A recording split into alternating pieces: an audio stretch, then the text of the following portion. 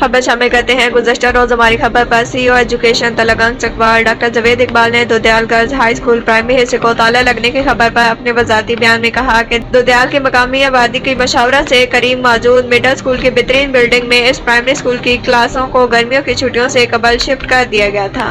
बंद स्कूल की खस्ता हाल बिल्डिंग और आए रोज वहाँ चोरी की वारदातों और सहूलियात की अदम दस्तयाबी के बायस इलाका मकीनों की दरख्वास्त पर क्लासेस को शिफ्ट किया गया।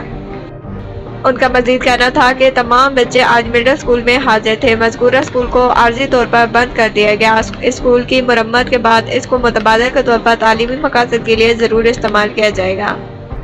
अब तक के लिए इतना ही। मजीद खबरों, तजियों और तबसरों के लिए हमारे चैनल को सब्सक्राइब करें और देखते रहें TNN डिजिटल।